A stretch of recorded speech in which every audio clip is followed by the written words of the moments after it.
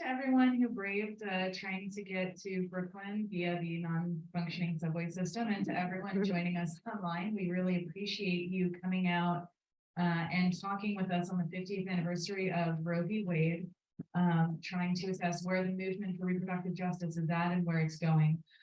We have some really amazing guests here in person and some awesome guests that are joining us via Zoom so that we can have a conversation that brings people both inside and outside New York into what is a much broader context to discuss issues of how we can fight for reproductive justice, reproductive freedom, and specifically to fight and defend abortion access.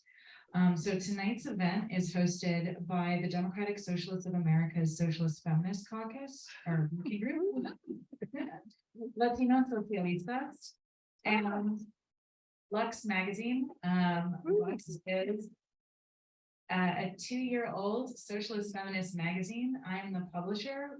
We are very excited to do events like this around the country and to be able to publish some of the latest feminist scholars and thinkers inside and outside the US today. So thank you to all of the partnering organizations. We really appreciate coming together and working on this project collectively, and I hope that we get to partner on many events in the future together. So we've got a lot of fun stuff in store. We're going to start off hearing from our guests that are joining us via Zoom, followed by a panel that's going to be led by the editor-in-chief of Lux, Sarah Leonard. We're going to have questions from the audience at that time, and then we're going to do the film screening after a brief intermission. So I'm going to go ahead and introduce our wonderful guests that are joining us, and we're going to hear statements from them about the work that they're involved in to fight for reproductive justice. So first, we're going to hear from Vera Superbio. She is the New York State Assembly member. So welcome, Vera. So good evening, everyone. Thank you so much to the Socialist Feminist Working Group for putting this panel together. Just you know, I have my son here. He's 19 months. Hopefully he lets us get through this panel, okay? In case anyone doesn't know, my name is Vera Superbio. This event and the fight for reproductive access aligns with both of my professions.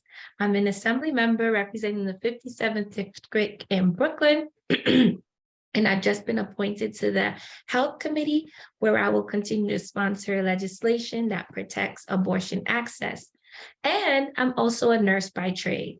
And so before I ran for office, I was a maternal child health nurse, and I saw a lot of young moms who did not get the reproductive health care they deserve, whether it was access to abortion or other choices. So this is actually the second event I've been to today commemorating the anniversary of Roe versus Wade. The first was a storytelling event in my district where women were invited to come and share their stories about abortion. And it was very powerful, and I'm grateful for the organizers for creating this space. But it also made me sad because abortion shouldn't be a shameful secret thing. Abortion is healthcare, and women should grow up knowing that abortion, what it is, and understanding it like any other medical procedure. Unfortunately, in the US, we're moving in the exact opposite. Not only has the Supreme Court reversed Roe versus Wade, but that decision is creating all kinds of ripple effects. Doctors are refusing to provide care to women having miscarriage because they're afraid of being sued. Additionally, medical procedures are at risk of being criminalized. And this is falling the hardest on poor women, as it always does. And I really hope that the reaction to the Dobbs decision and the ongoing criminalization of our bodies will go beyond the same press conferences and the same groups of people. We should be looking to our comrades in Ireland and Argentina and think of the reproductive justice as part of a larger socialist movement. When we talk about people and abortions, we should talk about universal health care and how abortion access is part of that vision. And that means that we need to actually talk to people. We can't just tweet about it or hold up signs at rallies. We need to talk to our coworkers and our families. I'm surprised in Albany that there are even some of my colleagues who are progressive about other issues, and yet on this, they're more conservative. And so I consider it my responsibility to have real conversations with them, to have them understand our point of views, but then also expand their point of view and to include a more comprehensive view of reproductive justice. And of course, I'll continue to support legislation like Reproductive Freedom Equity Fund, which provides funding to abortion providers. And I know that this event is also raising funds for abortion access, and that's important. So please drop them coins, the cash apps in the chat, check it out. But I don't think our ultimate goal can be a model that is dependent on private donations and mutual aid networks, even though that's what we need. I truly believe that we need to keep pushing for a transformative healthcare system where healthcare and abortions is a human right. So I'm really looking forward to hearing from all the panelists tonight, and I hope we can continue to see everyone in the streets to keep on fighting for the healthcare we deserve. Y'all have a great night. The panel is amazing. I can't wait to hear it all. Next up, we have queer scholar of reproductive politics and empire, Laura Briggs. Hi, good night.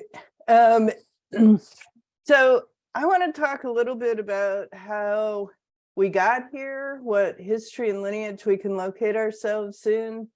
Since the early 1970s, when Helen Rodriguez Trias, a New York physician born in Puerto Rico, founded CESA, the Coalition to End Sterilization Abuse, together with Puerto Rican Socialist Party, Maritza Mora, we've seen the emergence of a position that called for reproductive freedom, allowing people to have and raise the children they want under circumstances consistent with human thriving. So in the years immediately after Roe v. Wade in 1973, many groups from members of the Black freedom movement like Fannie Lou Hamer and SNCC, Chicana women who brought suit against a Los Angeles hospital in Madrigal v. Quillian, Native grandmothers and mothers who opposed high rates of sterilization in Bureau of Indian Affairs hospitals, and the taking of children and putting them in foster and adoptive homes. We also saw expansive accounts of reproductive politics among socialists of diverse backgrounds in CARASA, the Coalition for Abortion Rights and Against Sterilization Abuse, in the 1980s. In the 90s, we saw this position re-articulated as reproductive justice in organizations like the Black Feminist Health Group, Sister Song, and reproductive justice was also a demand for other rights like housing, safe and equal schools, an end to violent hyper-policing of racially minoritized groups, immigrants, and people with disabilities. So we've seen also in this period the intensive surveillance of pregnant people and a long-term campaign to secure the notion of fetal personhood through the effort to prosecute drug use and addiction by parents and pregnant people. Hysteria about crack primarily targeted Black and Latinx pregnant people, sent them to jail, and shuffled their infants and children to foster care. Later, surveillance of meth and opioid epidemics primarily targeted white women, and also trans and non-binary people who can get pregnant, and sometimes Native people. The other groups that have been under intense surveillance, including period tracking to prevent abortion, have been immigrants, incarcerated people, and young people in juvie and group homes. Sometimes the same groups have also been targeted for unwanted sterilization and long-acting reversible contraception. So currently, there's little evidence that abortion rates are going down in states where it's illegal, or that adoption rates are going up because pregnant people are traveling to other states for reproductive health care or relying on misoprostol and mifepristone, drugs that can be used to ease and hasten a miscarriage or to cause one. And this is making right-wing people nuts furious, angry. Although the 2-drug regimen is as safe as Tylenol and the FDA recently made it easier to pick up at a pharmacy, the Alabama Attorney General recently suggested that they were going to prosecute pregnant people who took it. While you can't detect it in the bloodstream, people are using unsecured digital apps that can be traced in order to acquire it. And so while abortion was never the only issue, it's important to note that the absence of access to safe and legal abortion is pretty good metric for wider lack of access to care and the racism and misogyny that puts people at risk. States that have abortion bans now, mostly passed in the pre-Dobbs era, have rates of infant and maternal mortality that are 3 times higher than where it's legal. And Tennessee has made abortion illegal even to save the life of the pregnant person. The other thing we should be paying attention to, I think, is the ways that these abortion bans are much more restrictive than in an earlier generation. So no rape exceptions, no incest exceptions. So in terms of what I think the most exciting work is that's going on now, I think that face-to-face organizing and collective action are key. I want to echo Farah here that we need to,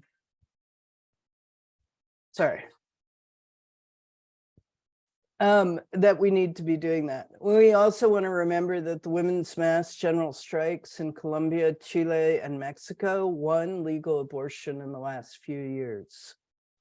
And similarly, or relatedly, I think that some of the most exciting direct action work is the networks that are working with a Mexican women's group, Las Libres de Guanajuato, that are mailing abortion pills to people in states where it's illegal.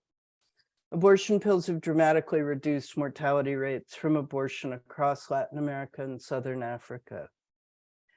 And then finally, I think we need to focus on changing the conversation from how do you feel about abortion to how do you feel about criminalizing abortion, as racial justice groups from Black Lives Global Network to Color of Change has been doing.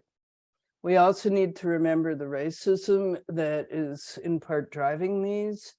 People of color disproportionately live in states where abortion is illegal, and because they often live in poverty, are least likely to be able to travel for abortion care.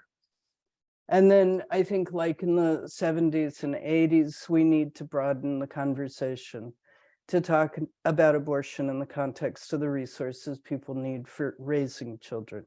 So I'll stop there. Guest is the executive director of the Texas Equal Access Fund, Kamyon Connor. Thank you so much for joining us. Hi, everyone. Thank you so much for having me. I thought that I would just share a little bit about like what's going on in Texas, boots on the ground kind of thing.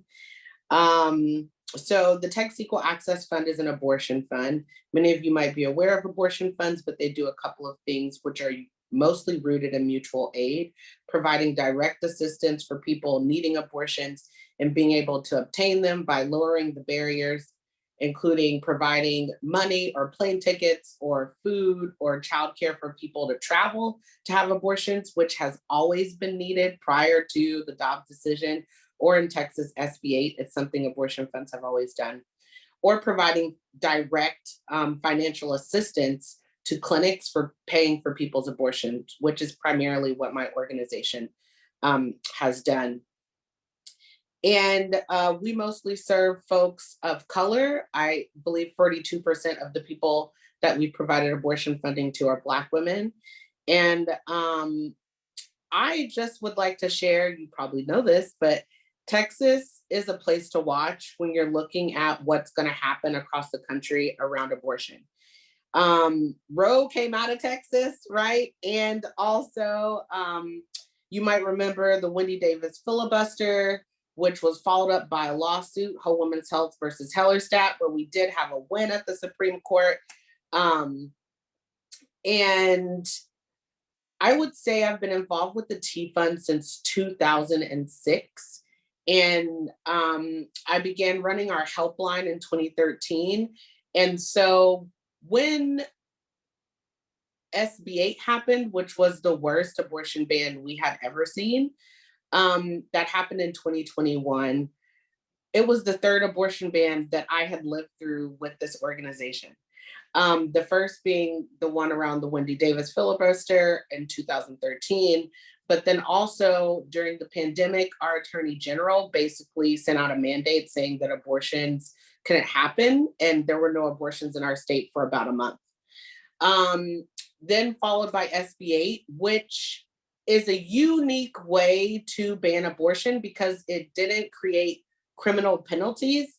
It created civil penalties. So that meant that people could sue us, our organization, or our volunteers, or our staff individually for assisting someone in getting an abortion in our state if they had a gestation of 6 weeks or more, which is pretty much an all-out abortion ban for our state because many people don't even know they're pregnant at 6 weeks.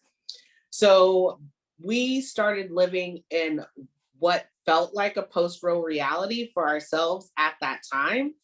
And because of that, we were basically shouting to the rooftops to people like, this is going to spread. This kind of legislation is going to spread around the country, and we need to figure out what we're going to do to support people because, as Laura mentioned, people are traveling to other states for abortion care. And my experience at an abortion fund where we're directly talking with clients, this is actually no way for healthcare, specifically because we serve people who can't afford abortions, which means that most of the people that we serve are low income. Some have health insurance, but in our state that doesn't cover abortion. And some are unemployed, so we talked to a lot of people in which they had said they had never even left the state before. These are people whose first time traveling, getting on a plane, navigating these systems are to seek healthcare when they are already under dire straits around work and childcare, so they need to make the trip quick. People are getting an abortion and getting straight on a plane to fly home the same night because that's all they can afford, right? And so this is no way for people to actually access healthcare. And this is what our country is forcing lots and lots of people to do. I wanted to share that I think something that we need to think about is, I like to say at the Tfund, we're unapologetically pro-abortion. We believe that as long as people are able to get pregnant, abortion is always going to be necessary. And it needs to be considered under the full spectrum of pregnancy care. And for some reason, folks can't understand that. So I really think one of the biggest ways that we can move forward, specifically talking in the perspective of a state where there's an all-out abortion ban at this moment, local feels like a way to go. They, the conservatives in our state have really started creating local abortion bans at the city council and county levels. And I think that those are things that we could also do in the opposite direction. I think that when we saw people's outrage post-Dobbs, that we already knew this, but there are more people who believe in the access to abortion being a fundamental right than the folks in power in our country would like to think. And I think if we could harness that people power on a local level and build on that and create trust and build power together collectively, there's a lot of change that we can do. So I would just say also, look at what you can do locally, talk about abortion to the people who you know. Not talking about abortion is part of how we got here because it increases stigma. And support your local abortion fund. Thanks.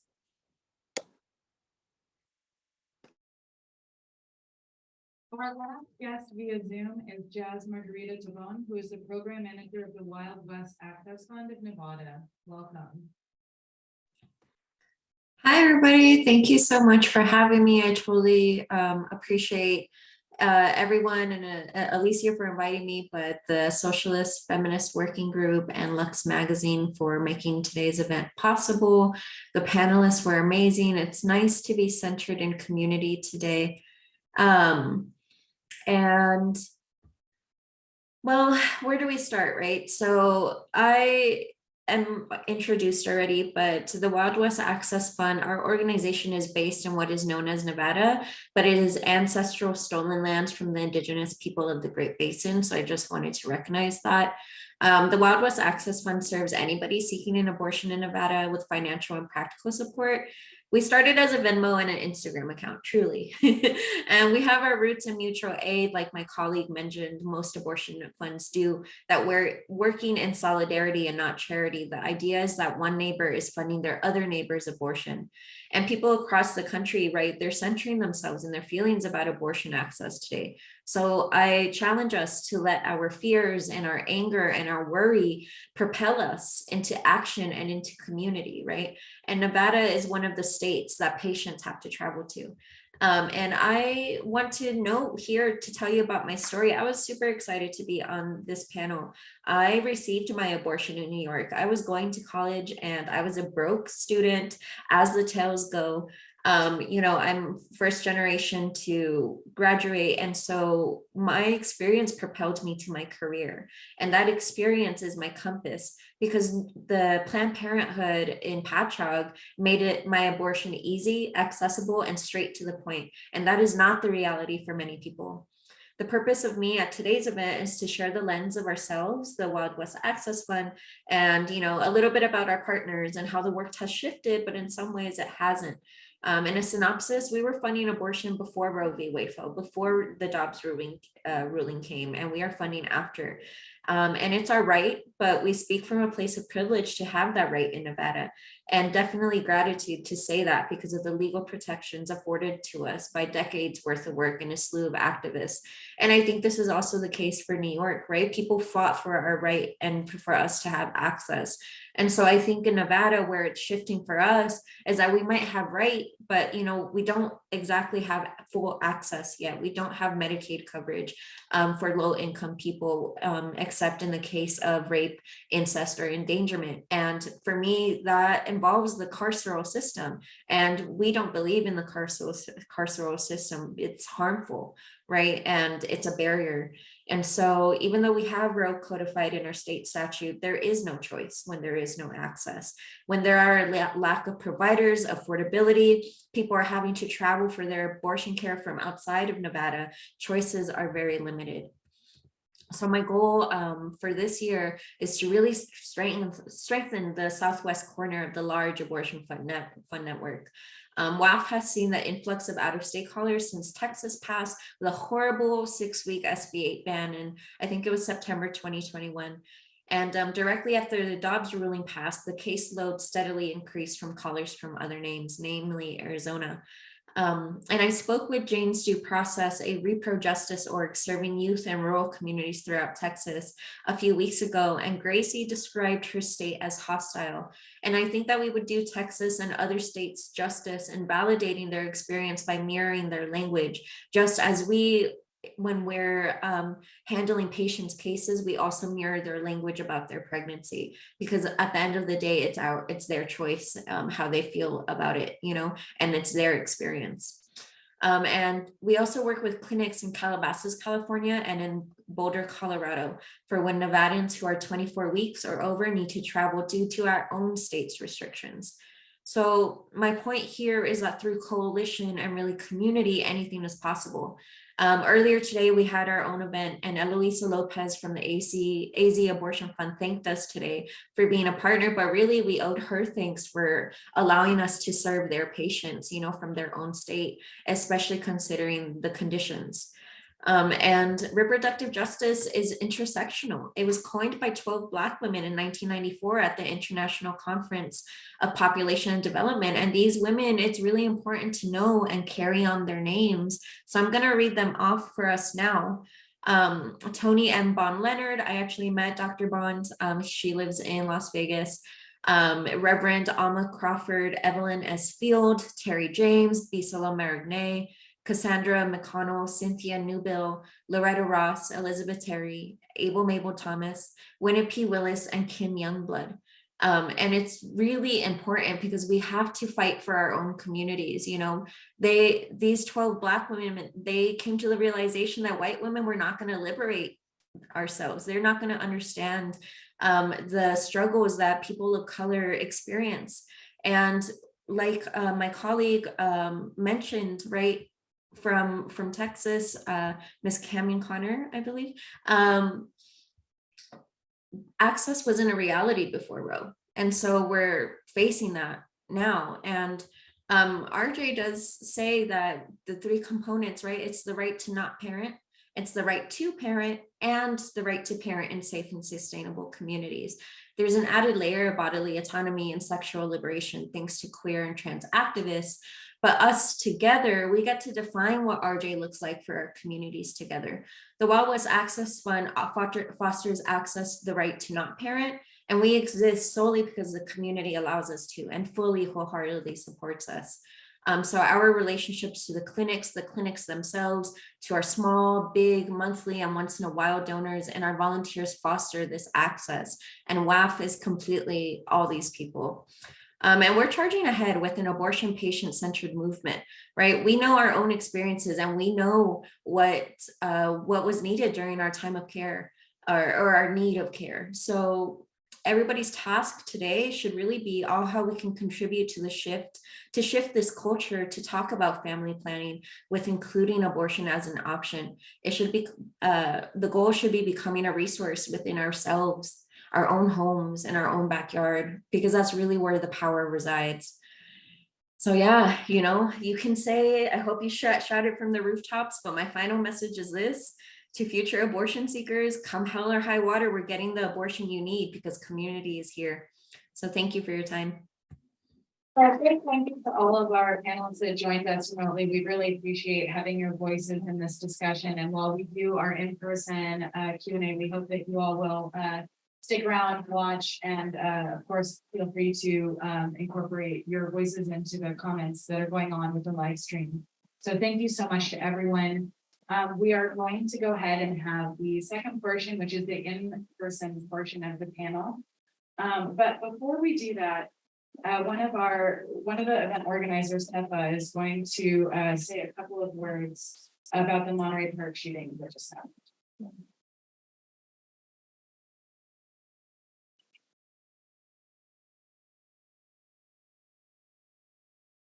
Hi, everyone.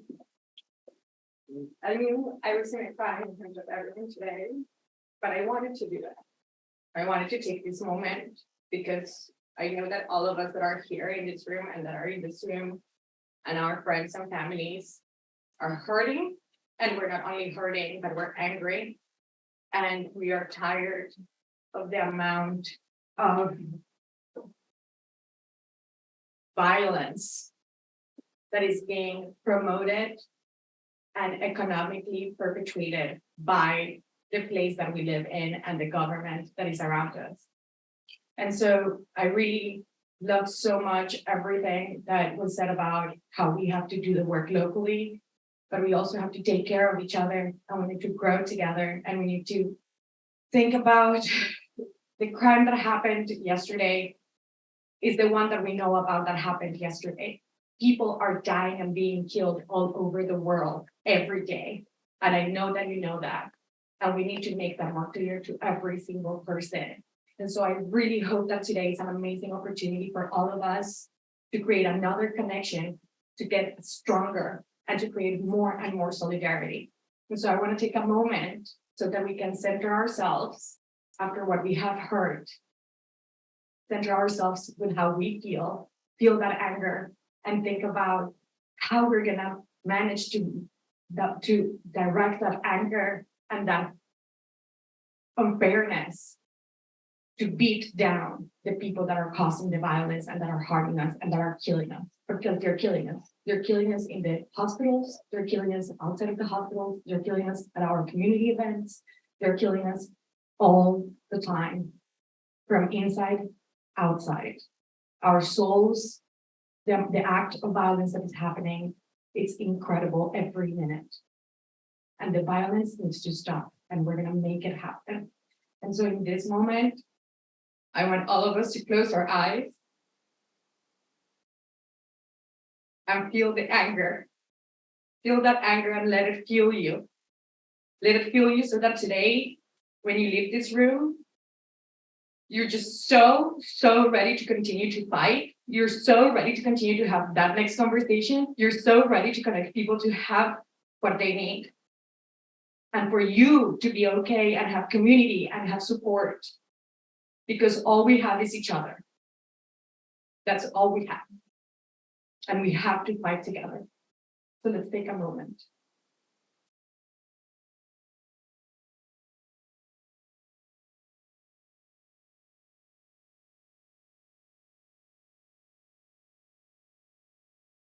It's not about where we live. It's not about where we're born. It's not about where we die. It's about where we fight. An injury to one is an injury to all. Thank you so much, Tfund. So now we're going to go ahead and move into talking about another aspect of how we fight, which is looking at, what activists and scholars are doing in the reproductive justice movement here in the city, and taking this conversation and bringing it to the local level here. So we're going to have Sarah Leonard, the editor-in-chief of Lux magazine, kick off our discussion. Before I bring Sarah and the panelists up, I just want to make a note, there are still some seats available here. If people want to get situated, come on in, make new friends, grab a seat. You're absolutely welcome to grab a seat. While you're doing that, so Lux magazine, one of the sponsors of this event tonight, is offering 25% off those subscriptions. We have the deal listed in the chat tonight and on the wall. So feel free to check out the magazine, which is really publishing some of the leading feminist voices in the world today. So with that, I want to bring Sarah and our wonderful panelists up.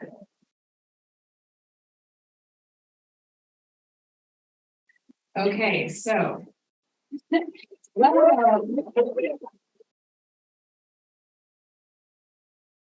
Okay, so we have, like I said, Sarah Leonard is the editor-in-chief of Lux magazine.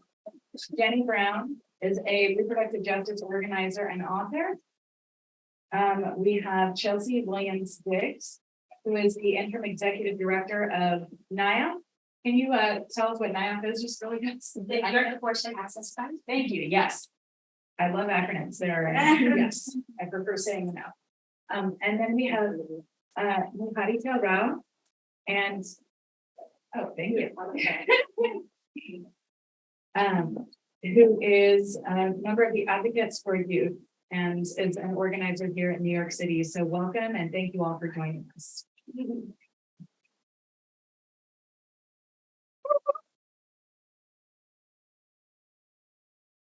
So to pick this up, sorry, in thinking about our anger comes from immediately after jobs. I think my anger was coming from being like, they did this, like Brett Kavanaugh, all of these priests who had the power to ruin everybody's life. They did this stuff because they could.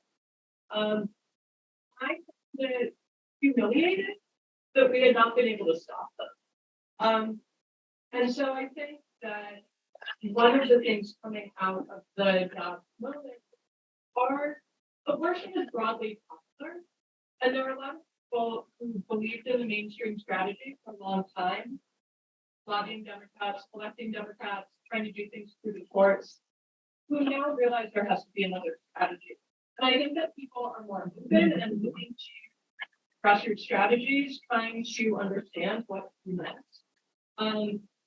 In the next issue of Lux, we're working on a package about underground abortion networks that they've been developed in other countries, also during other times. So looking from Afghanistan to Poland to Mexico to South Africa. If people have thoughts about this, I know there are a lot of activists in this room. I would like to talk to you.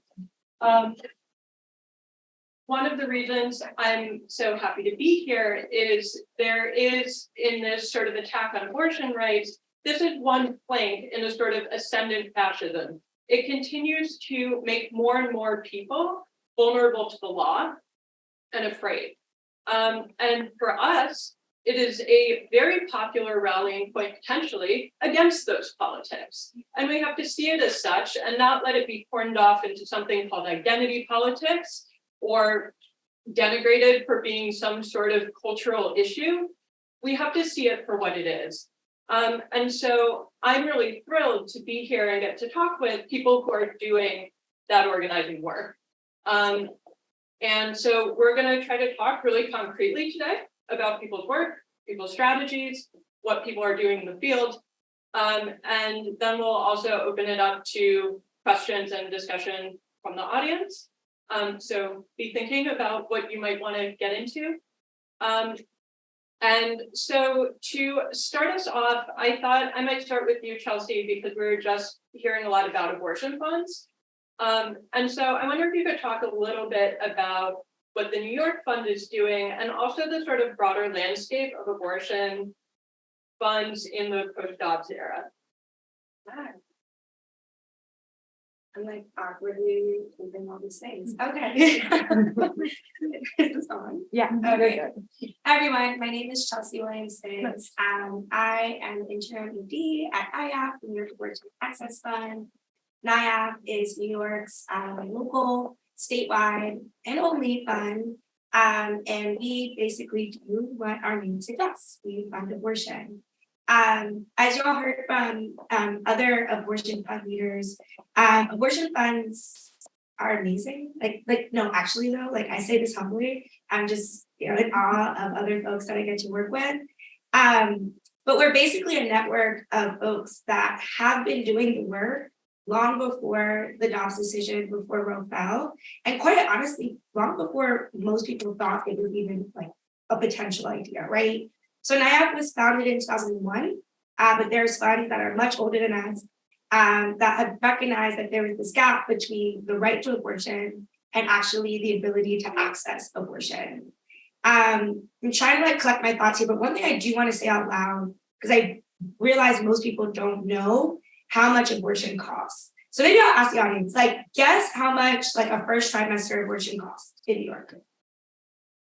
$1,000. Anybody else? 500. Great. Okay, so in New York State, abortion starts at around $600, right? Now, guess the most expensive abortion we funded last week. 5,000. 5,000. Keep going. 27. 27. Okay, maybe not. It was I think it was 15K. It was 1470, but some weird number, just under 15K, right? So we're talking most people, regardless of whether you consider yourself low income or working class, abortion is expensive, right? Most of us, even now, would be 600, what? Right? And without getting too into insurance, Medicaid, all those issues, although I'm happy to get into that, most people pay for their abortions out of pocket. So anyway, all that to say is that abortion funds have always been needed, even in states like New York, where abortion is a right and where there's clinics and whatnot. The other interesting thing about abortion funds that I really want folks to understand is that we're in conversation with each other, we're in community with each other, right? So sometimes you'll hear folks, particularly after the leak and after the decision, oh, we need to create a network to get people from state to state, and it's cute that exists, and it's existed for decades. And I'm not joking, we have been moving folks from state to state to access care for years. It's been a thing. Check my email. It's a thing, right? So anyway, all that to say is that we are abortion funds are just folks who believe that abortion should be accessible. And I'm forgetting their names, so please forgive me from the Wild West Fund, but come hell and high water, but actually though, we make the impossible possible every goddamn day. I watch it happen and I'm humbled to be a part of it. So anyway, I feel I'm rambling. I'm going a lot of places. a little nervous, mostly because You're perfect. you're like a little ox. Yeah, but yeah, I like to say is, I'll take you can take it. Then No, I was gonna actually just ask you to, one of the challenges obviously is most of the abortion funds throughout the South, which have historically been the most important actors almost in getting people abortions, most of which have been founded and run by Black women in the repro justice tradition. They're now being criminalized themselves in a variety of ways. And so I was kind of curious how that was affecting your work and your networks. yeah, so I mean, there are a lot of funds that are currently they're still in existence and that they're doing other work and Camion and others can talk more about it. But because of the state of their state, right, they're like not able to fund abortions. So we've seen other funds really step up. And again, to be clear, like we've all been in coordination and supporting each other for years. So for example, without getting like too detailed, like if someone from, let's say Florida was coming to New York maybe 2 years ago, right? We were already in communication with each other where like maybe a fund would split it, but the New York Abortion Access Fund might split it with the Florida Fund.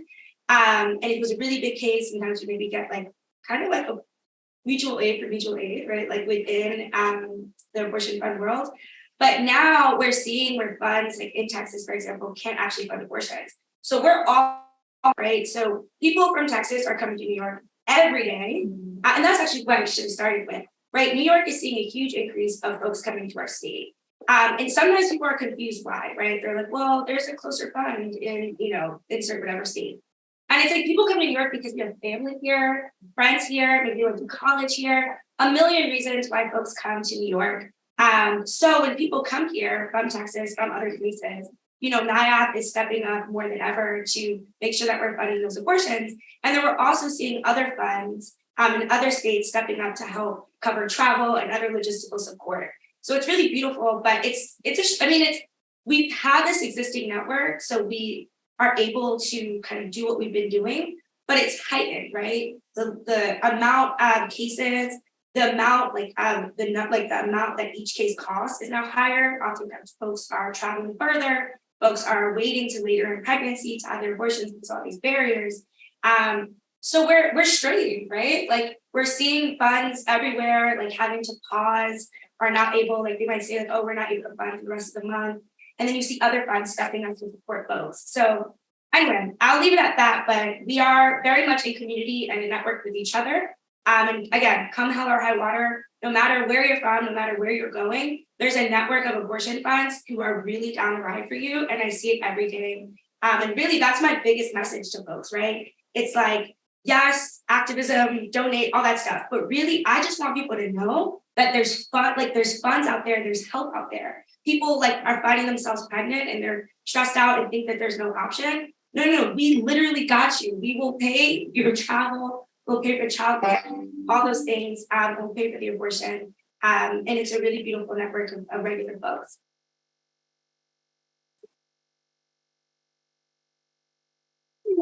It sounded good to me. So I want to sort of look to this question of criminalization as well. And a lot of your work has been about direct action and direct care. And I was wondering if you could talk a little bit about how your work is addressing this need to operate sort of outside of or underneath or against law enforcement.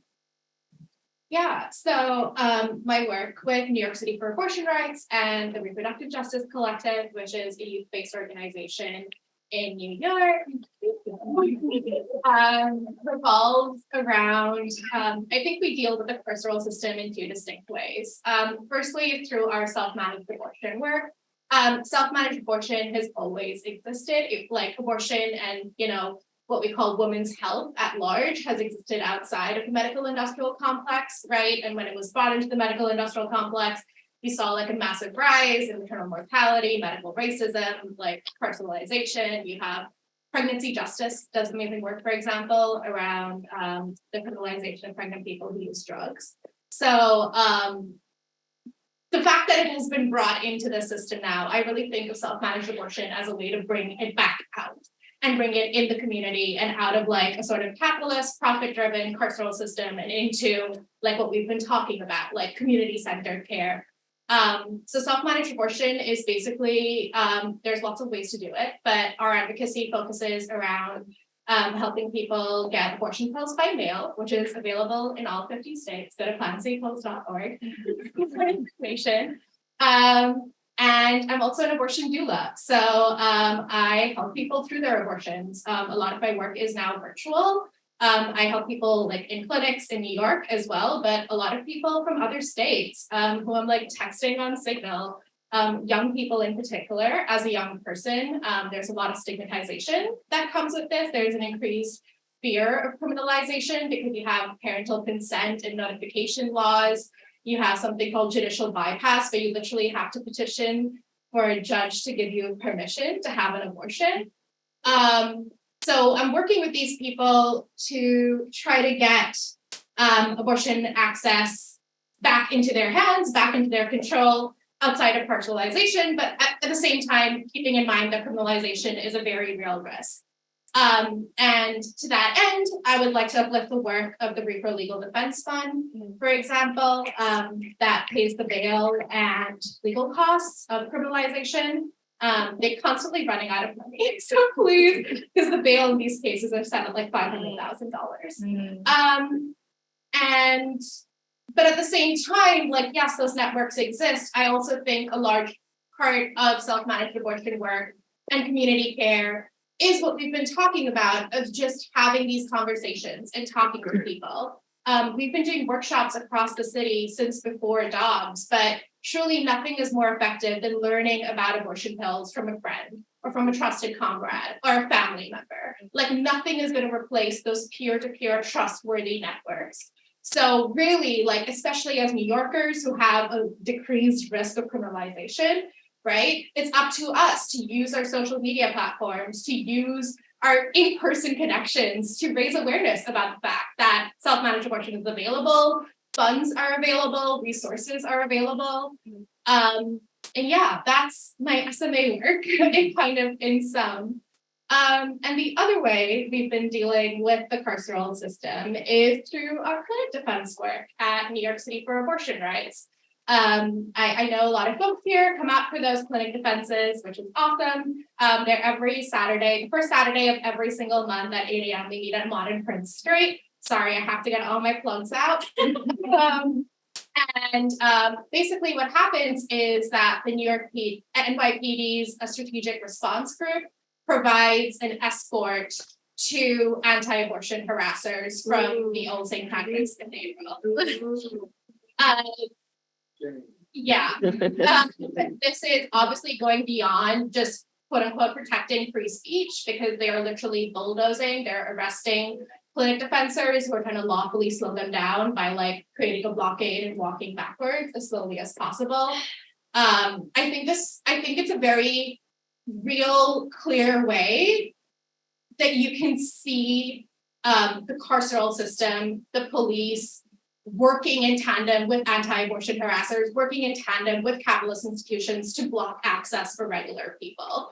And I think the reality is that it's happening on the streets of New York at a time when people from all these other states are coming to New York to try to access care.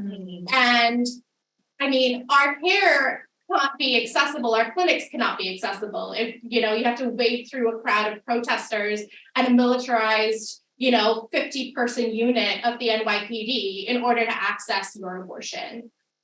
So I think, I think it's an inevitable conclusion as you start doing more reproductive justice work, at least I found it myself, is that it inevitably comes up and pushes up against the idea of criminalization, of abolition, of how the state is functioning, not in our interest in a lot of times, but actively against them.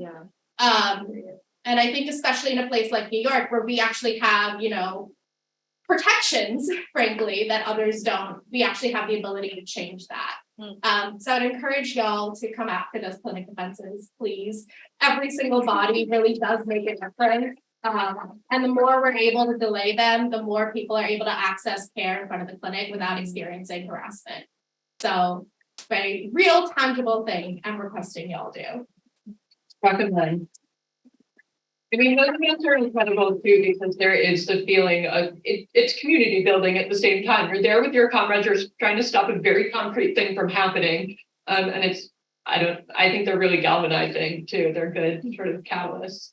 I wanted to turn to you, Jenny, and ask, we've been critical in many ways of relying on sort of electoral strategy around repro access. But we're now in this really interesting moment where states that don't have bans or that might be able to push back against bans are passing various kinds of legislation or holding referenda to create new kinds of protections. In New York, there's now a bill to pass a shield law to protect New York doctors who send abortion pills out of state, which seems like a very positive thing. And I'm curious what you think about the different things being tried around the country. Shield laws seem good, but we really don't know how well they're going to work. We've never really done them before. So I wondered if you could speak to some of these legislative attempts and what role they should play in our thinking about building a mass movement. Yeah. Thanks. So I think the shield law is a good idea in New York. I think that will be helpful for everybody who's fighting some of these things. We don't know if it will work, of course, because legally it's uncharted, and we know who, if it ultimately goes to the Supreme Court, we know what's going to happen there. So, but it creates more space for resistance, which I think is really the key thing, and builds more space out and increases the contradictions between states that are trying to ban abortion and ones that are making it more available. So I think that's all good. But we're facing this crisis essentially in even just the basic formal democracy that we're supposed to have in this country, that we're all, we knew it wasn't enough, but so basically what we've got at this point is a Supreme Court that is legislating, because the Senate filibuster rule means that you have to have 60 votes to do anything. So, the Supreme Court can say, oh, well, we'll just get rid of voting rights protections. You can't do anything on climate change or all of the different things that have recently come down. We'll make right to work throughout the public sector, and we'll ban abortion or allow states to ban abortion, and there's no legislative response. So we have to sort of take on board that we're in a federal system which has essentially is broken. I mean, it's an 18th century system, right? So that means that we're kind of stuck with doing a lot of stuff in the states. One of the things that is important, but it also means that we have to deal with that, right? That has to be broken through somehow. And as we know, the mainstream Democrats are not really doing that. They are all, I mean, we saw it with the filibuster. So we don't have a political vehicle other than like our insurgents, like Farah, we don't have a political vehicle in this country for ordinary people. So that's part of the crisis. It's not just, those mean Republicans, it's the Democrats as well. But in the cases where abortion has been on the ballot since Dobbs, it has won in all of those cases. So, and some of them were easy, like Vermont, and some of them were not so easy, like Kentucky, right? I'm from Florida, and I think, for example, having a referendum in Florida would be actually really helpful to mobilize and organize people around just all of these things that we're trying to win, right? I mean, a 2024 referendum in Florida, for example, would get out a lot of people who are abortion voters because they care about abortion and don't really vote because it's not really usually have anything to do with them, right? That they don't see the relevance. So that could mobilize and get more democracy just in general, because Florida is a big state. So I think it's good to think about these things as like, how can our organizing fit with all of these other things that we need? So I would, that's just one area.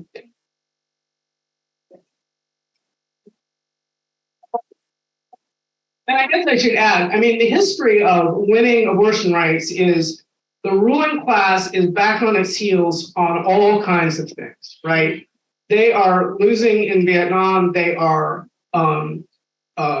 losing on the, you know, they're being pushed back on civil rights. All of the powers that be are really back on their heels. So when we're in that situation, we can win a lot. The movements can win a lot. So that's the goal, is to get everybody pushing, and then we can start to win some of this stuff, because it wasn't even like just an abortion movement. It was a women's liberation movement, which then saw the Black Power movement as an ally, and all of these movements pushing forward were what made that possible. So, and we can see that in Argentina, right? In Argentina, you don't have to worry about abortion access, because when they got the law, it says in 10 days, the state has to give you an abortion from when you request it. Now, the movement wanted 5 days, but okay. And the movement wanted no gestational limits, but they did win that because they were part of a huge upsurge that was working on femicide, was working on labor rights, was working against austerity. The labor movement was way in there, and they have like 90% unionization, so it's a big movement. So all of that, that's kind of what we need to see as the way forward, is like all of the things that we're building, even if they're not directly on reproductive justice, are pushing that forward, and see each other as allies across these various divides that, you know, oh, I'm working on this angle, but you're working on that angle, and yeah, that's what we need.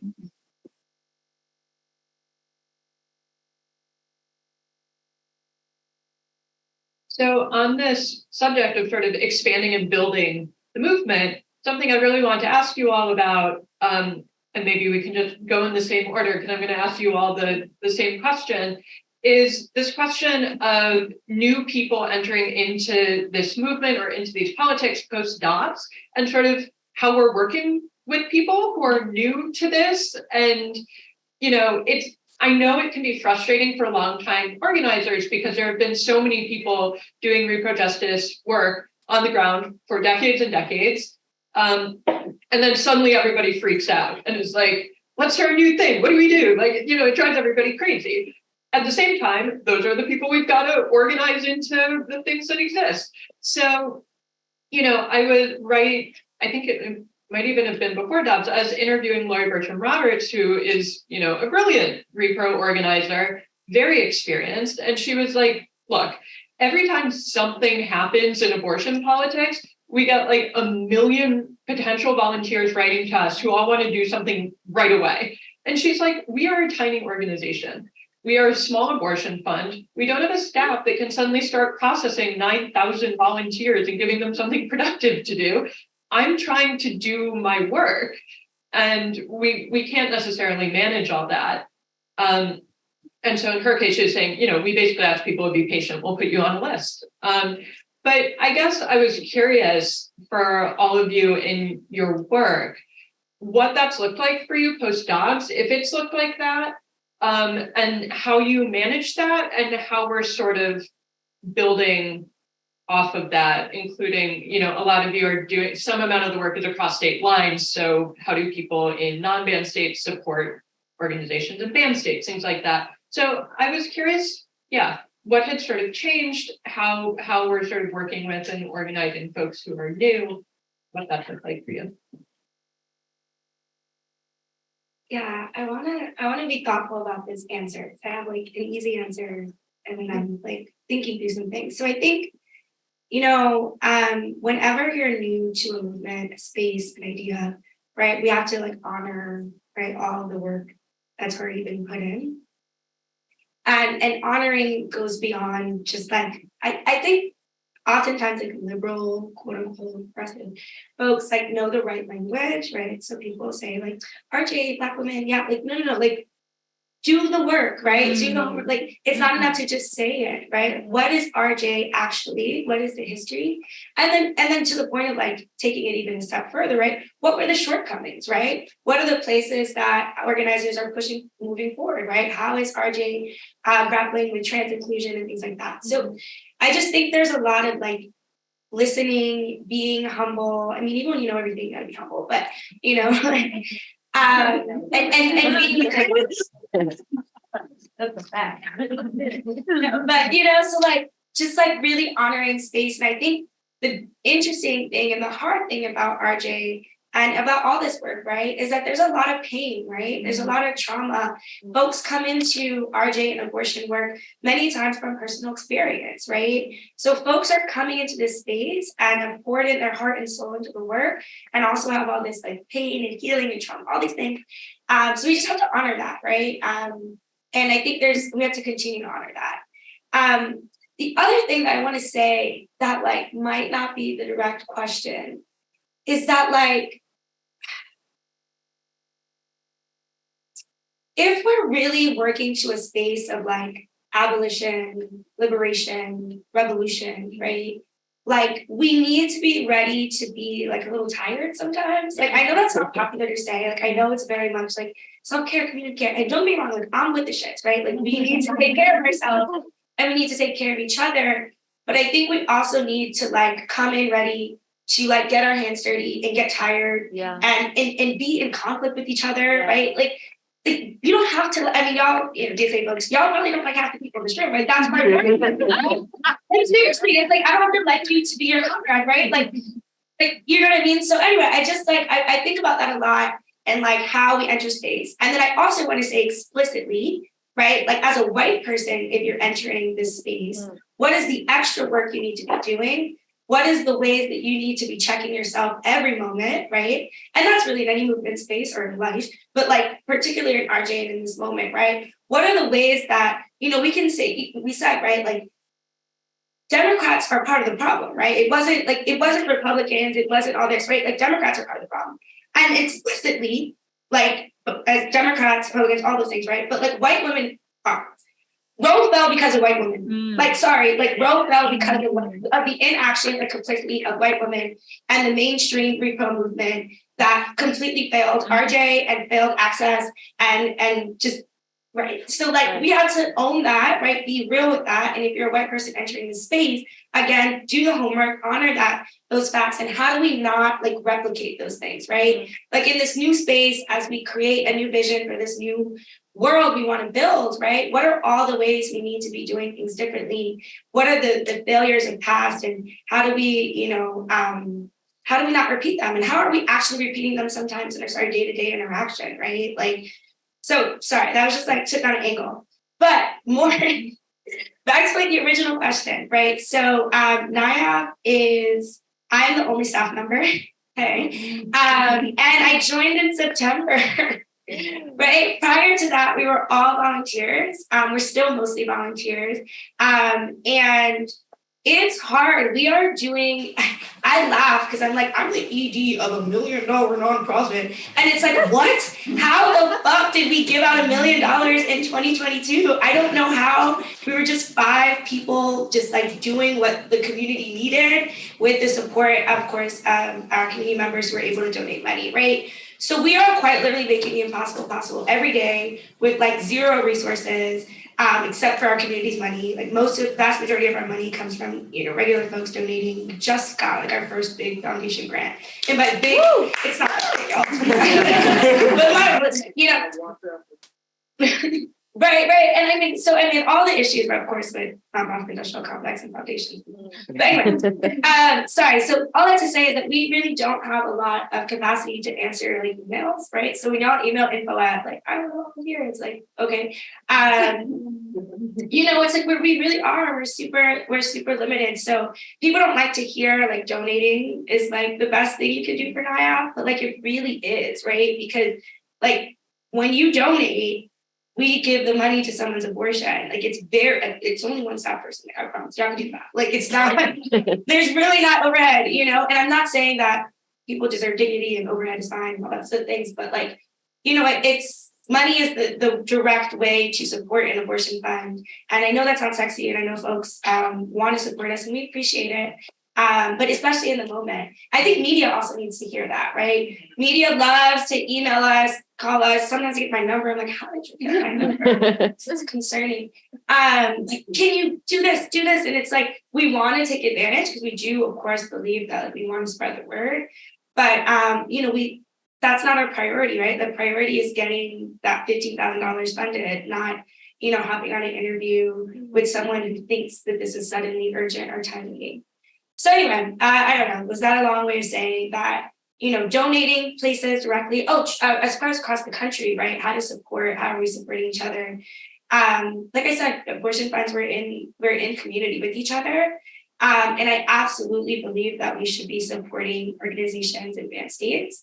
And I also think that it's important, right, to donate locally, right, and understand that like NIAF exists, you have a local abortion fund. And I think so many times, like we'll hear celebrities, for example, like quite literally marching next to us, talking about donate to abortion funds. So then I go in our system and Google, or not Google, what is it, F search, whatever, insert celebrity name. And I'm like, they've never donated to their local fund. You know, so it's partly because people in New York think we're good, right? So it's like, oh, we don't donate to our local fund, we donate here. And it's like, yes, and right, we got to make sure that there's space, of course, for there's abundance, right? There's money.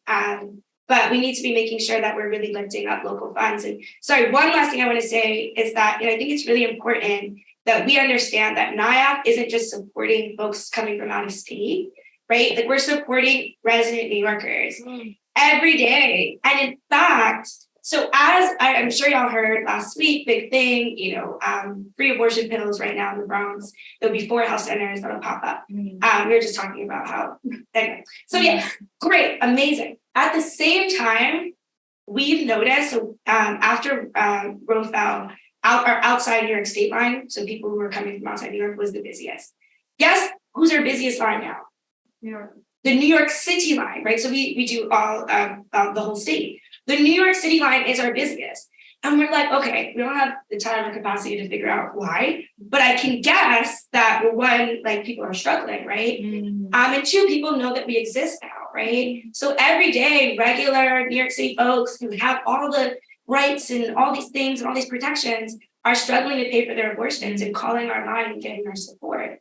And again, that's the power of understanding, you know, our like national landscape, but also understanding the local piece of it as well.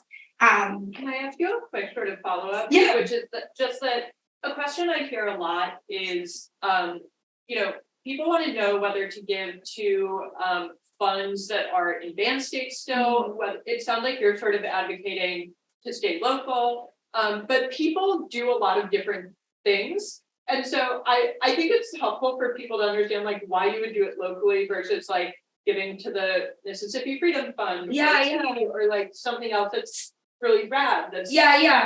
Well, I think a few things, right? So it depends on who you are. So if you are a millionaire, right? The answer is give everywhere all the time, right? So including, so if you have, of course, the resources, you know, people, and I actually get more of the questions of like, should I donate to the national, you know, orgs versus local? And I try to be, you know, whatever with it, you know, but it's like, yeah, if you have all the money in the world, like give here, give here, give here. If you have like $5, right? I would argue to give local because it is it's like a political, I need to fine tune my messaging on this. So I'm glad you're asking me this, but like it is a political stance, right? To build locally, right? Y'all know this, right? As local organizers, right? So it's important to say, and it's also, we have to check ourselves on what is encouraging us to feel so inclined to donate elsewhere, right? Is it because it's easier to think about, oh, the poor people in Texas who have no rights, right? And it's easier for you to ignore, you know, the friend around the corner who can't pay for their abortion, right? So I think there's a political underlying piece of it, right? Where it's like, I believe in my community, I recognize the needs of my own community, and it is my political duty, right, to make sure that I'm supporting folks in my own community. And one of the ways you can and should be doing that is supporting your local abortion fund.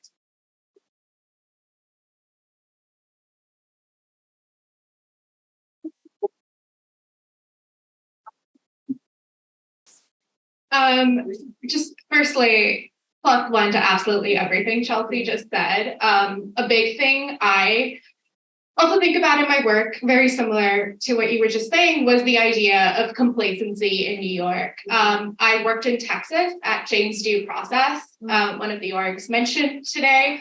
And the radical community power that surrounded those organizers that constantly uplifted their work. Like you had, you know, local socialist organizations, businesses, feminist clubs, college things that were uplifting specifically abortion politics and abortion resources. Coming back to New York after working at JDP was like, I love New York, it's my home, but it broke my heart a little bit to see the level of complacency that existed in New York with regards to reproductive justice and access. And it's the fact that people don't even know how much an abortion costs or the fact that you should be donating to your local abortion fund, but it's further than that, right? Where I'm working on lobbying for multiple bills in Albany this year, including the Reproductive Freedom and Equity Program, and a bill that will basically get abortion pills in all public university campuses in New York. You know me, I cannot shut up about it. I'm very proud of the fact that this is the first state-funded initiative of this bill to exist. And the reason I talk about those two pieces is because they represent concrete government investment and money into reproductive politics. And that's limited, even in New York. And, you know, you have repro orgs fighting for this, but I am constantly trying to make the connections between legislation like this and broader like socialist politics and broader talks about Medicare for all and like the New York Health Act, because I view all, and you know, questions of criminalization and access, because I view all of these as functioning as a broader like same piece of radical politics. But I think because, you know, we've been able to be out of sight, out of mind with New York in regards to abortion, that disconnect still very much exists. I've had to have constant conversations with folks, drawing the connection between government funding for abortion, government funding for reproductive justice, bills like this, to what they view as, you know, the most pressing issues and what we should be focusing our efforts on. So that's one thing I would say is when you're joining this movement, check the assumptions you have about abortion politics. Check how you frame it and how you view it as part of, you know, politics at large. Like the reproductive justice framework calls for like the abolition of capitalism. It calls for the end of the carceral system. It calls for, you know, access to gender affirming care. And that's the reason I call myself an RJ practitioner, because it is able to integrate all of that into a single larger framework for liberation and bodily autonomy. And I think if you want to join this movement, you have to come into it with that lens of viewing abortion politics as part of this broader mission and not something separate. And stop being complacent about it in New York. Like, access is not perfect. It's nowhere close to perfect. The arguments I have to have, both in my own campus as a college student, because there was so much stigma around students bleeding out in dorms when they have an abortion, to the conversations I've had to have with legislators who are like, isn't it unsafe to have abortion pills? And I'm like, why? It's like safer than Tylenol. Like, why do you think it's unsafe? And it's because the discourse and organizing hasn't existed to that level, as it does in so many of these restricted and banned states. So I really think we should look to them and learn from them. And again, New York has so much potential. I think it means so much to the world that it's really important for us to connect with that and fight for liberation in our own backyard. Well,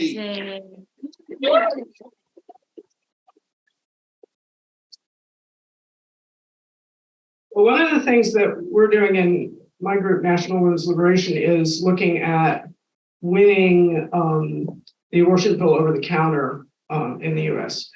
That seems like a heavy lift. We were involved in getting the morning after pill over the counter when it had been a prescription drug and the FDA, it looks like, has been, and that was a 10-year battle, by the way. I mean, more than that if you count like the earlier battles before we joined.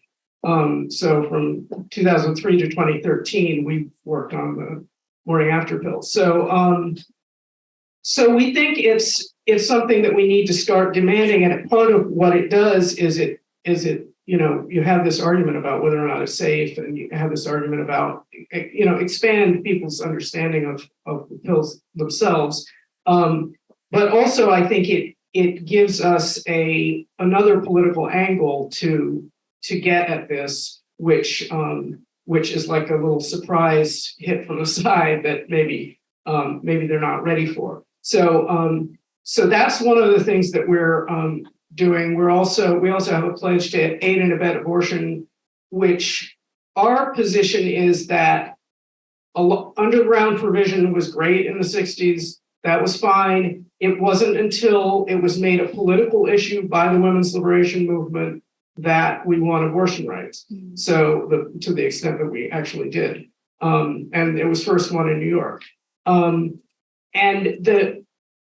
So it wasn't like, we think we should break the law and test the law and do all of these things. And so in Florida, that's, we have a 15-week ban. And so, providing abortion pills to somebody who's past that limit is presumably illegal, right? And we think that one of the things, I mean, it looks to me like there are a lot more people who could be organized and mobilized than are currently being organized and mobilized, like this phenomenon of everybody volunteering for an abortion fund or something. So like just having things for people to do and being able to, an organization that can do that. I mean, I think DSA has the capacity to do that, and some other organizations, but in general, the big nonprofits, and I won't name them, you know them, are not mobilizing the people, right? And they're not, so that's the thing we have to think about. How can we mobilize people, right?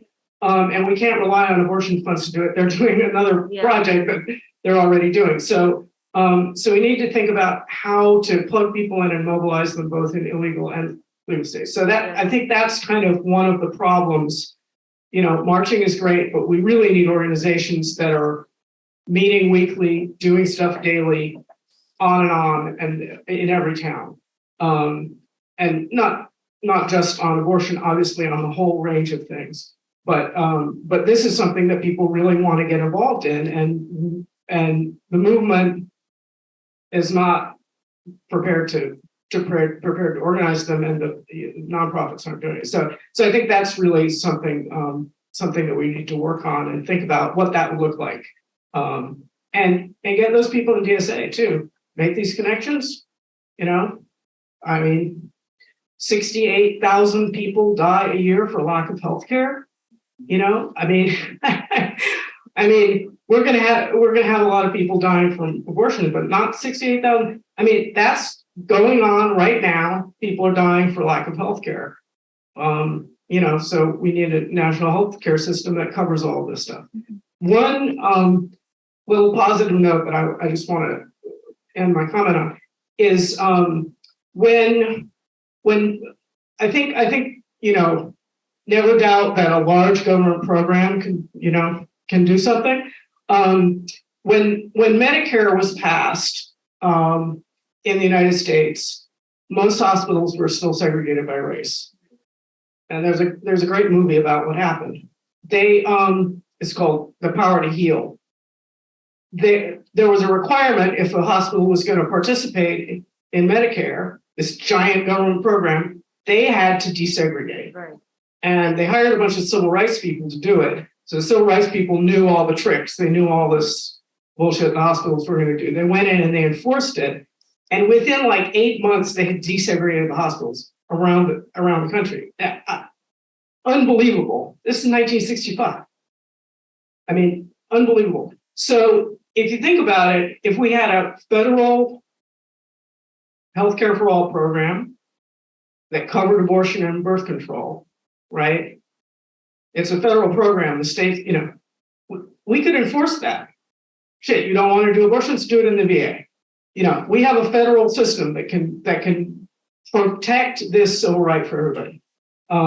So I think it's good to just think big. What would this look like? Because we should not be having to pay for each other's abortions. Yeah. That's crazy. I love what you all are doing, but we got to get this, we got to tax the rich. We got to change this whole thing around. So this is a real right for everyone.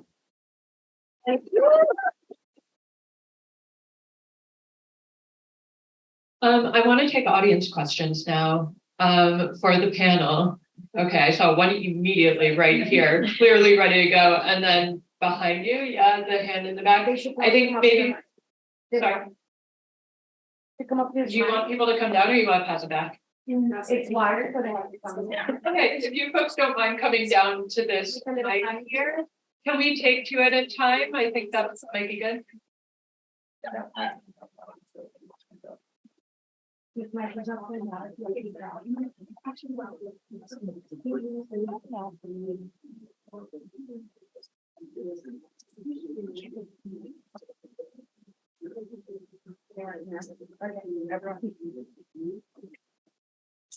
Yeah, go for it.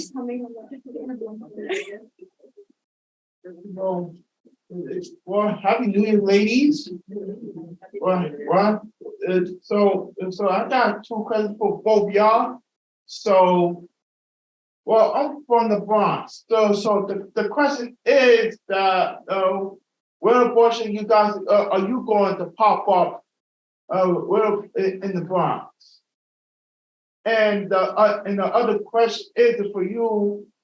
Are we out here? You guys are going to be out here every Saturday. Thank you. And we'll take the second one too and then answer together. My name is Megan Lassard. I also organize with New York City for abortion rights. Well, yeah, I wanted to respond to Chelsea, right? Yeah, about the sort of the limitations of choice feminism that you noted, and just talk a little bit or comment a little bit about pretty pernicious discourse I think that's been on the rise in the last like 5-10 years. Like the right is really good at exploiting our weaknesses, and like they know that like neoliberal choice feminism is incredibly limited, and just how wide the gap is between that formulation and like a reproductive justice one.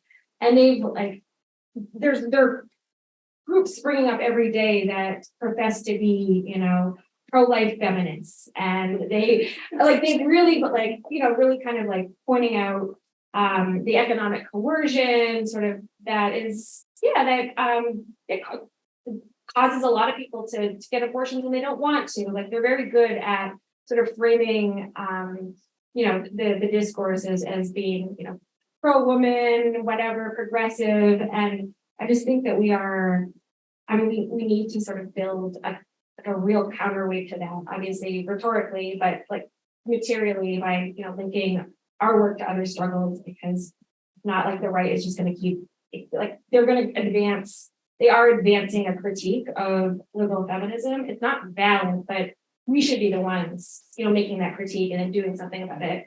So, right up at that. Thank you. Does anyone want to start in particular? Yeah, shout out to the Bronx. So there are two clinics that we work with closely, Dr. Emily's and Bronx Abortion. I also know that I think Bronx Abortion has some pretty intense protesting outside, and there's opportunities to volunteer as a clinic escort there. And yeah, the clinic, I'm forgetting what neighborhood in the Bronx it is, but it's the first sexual health clinic. Yeah. And there'll be 4 throughout the city, and they'll offer free abortion pills, or they do now offer free abortion pills. I don't have like a lot of detail about how it works and whatnot. I really just need to pop up and see what's up, in the most loving way, like just okay.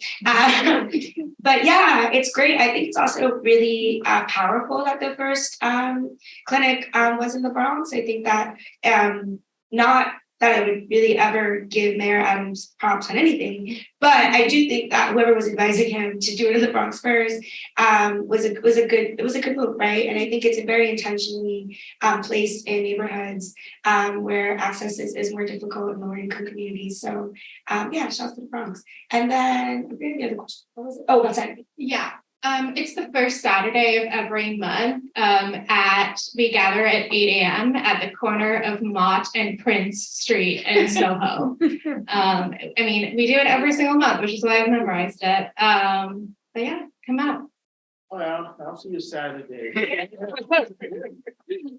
See if I find it. And then I think I don't know if it wasn't really a question, which is fine. I was thinking. No. I mean, I think like we have to be complicated in our analysis. Like we can't be afraid to like bring in all the complexities in the room, even when it's like not convenient, right? So like one of the things I spoke in a panel for like a bunch of state legislators in DC in December, which was fun. And we were talking about economic justice and like the connections between economic justice and abortion. And I'm like, so there's two sides of it, right? And one side we don't really want to talk about, right?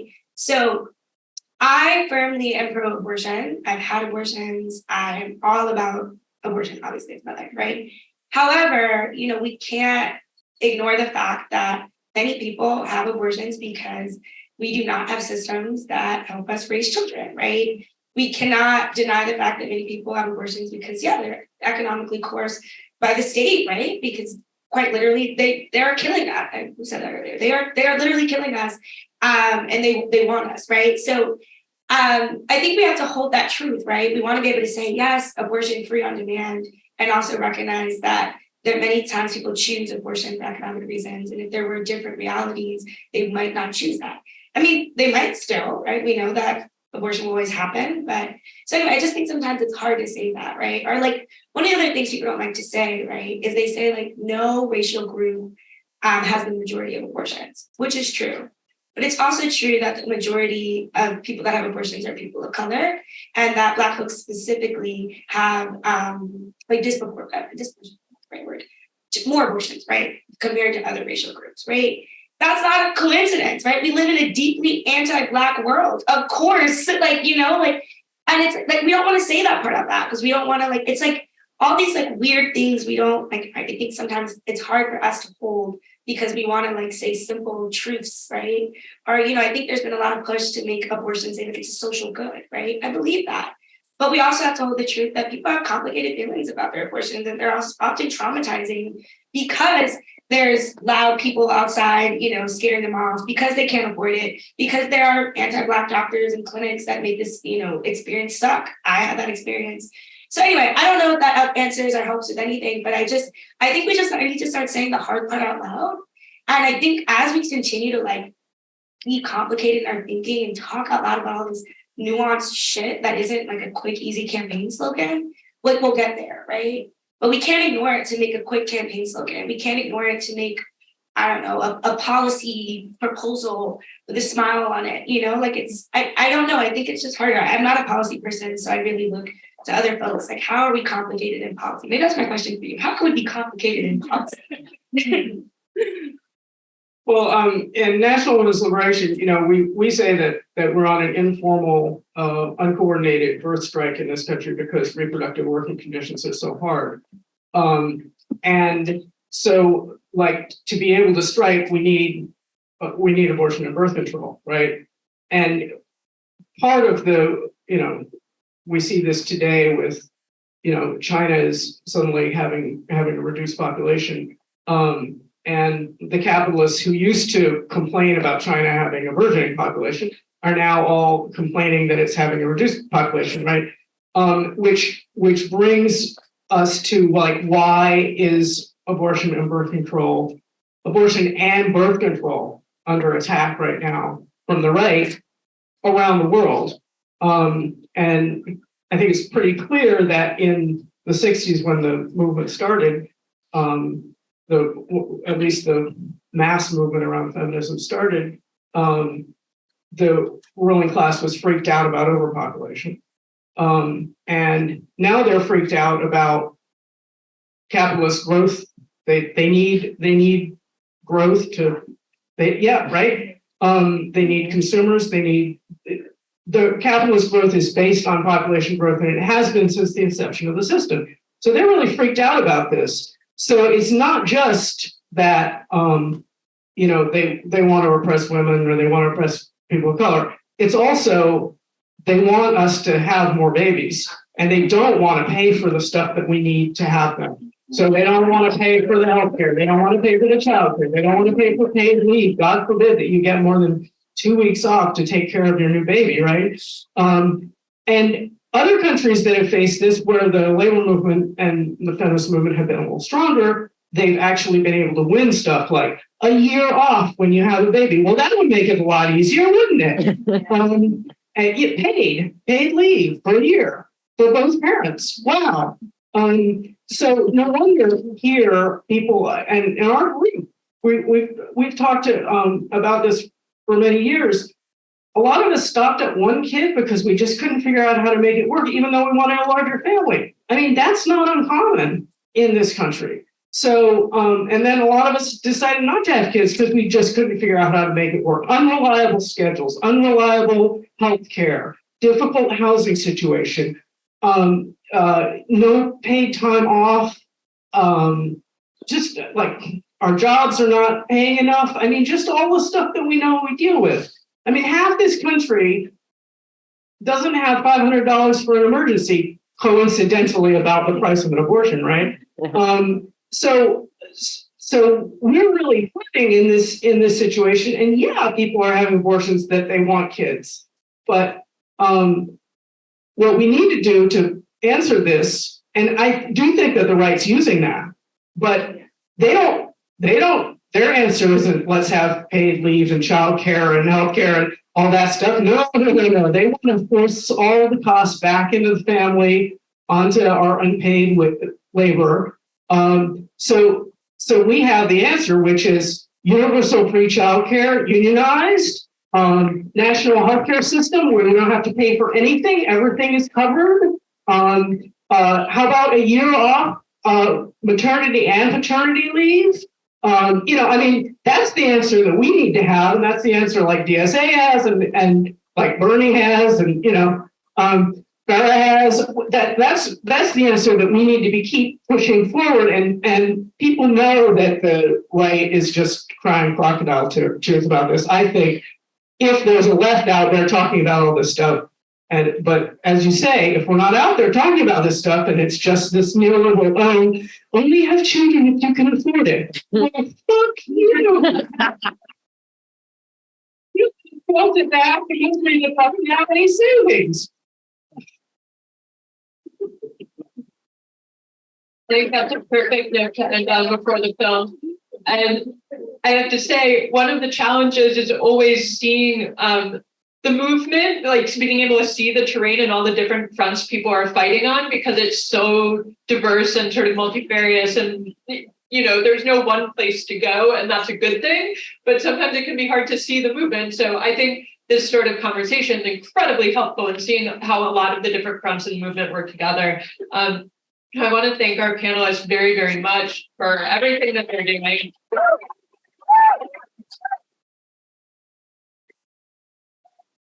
And I do believe that it is time for the film. We have something to start with, right? Okay, so first of all, thank you all for bearing with us. We wanted to be able to incorporate both, a live discussion and the film, because we feel like panelists, can I get a picture? This is very much an active conversation about how we rebuild this reproductive justice movement. So if folks can just give me 2 minutes up here. Thanks so much. So what we're going to do is we're going to take a 10-minute break. People can come up here and get snacks, get drinks. We really appreciate it. People can donate. Like we said, we are wanting to donate funds to the groups that our panelists are a part of, and also to cover the cost of the space. So please get some food, go to the restroom, and then we'll start with our film, Never, Rarely, Sometimes, Always. We should go to the party. And if folks want to come up and take a picture, that would be awesome too. Yeah, let's come up and take a picture together. Take a break.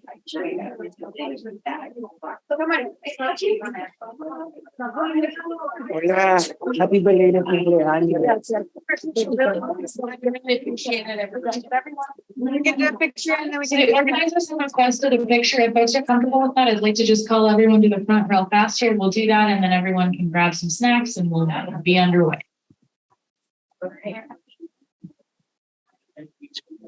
Down. Okay, guys. Commemorative moment. I am gonna be in it, I hope.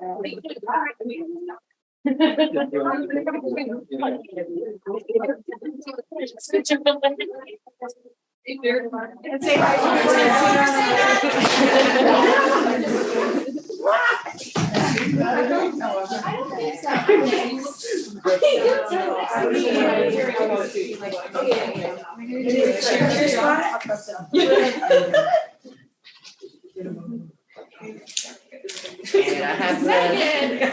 When I say free, you say abortion. Free. Abortion. Free. Abortion. Free. Abortion. When I say free, you say healthcare. Free. Healthcare. Free. Healthcare. Free. Healthcare. Yeah.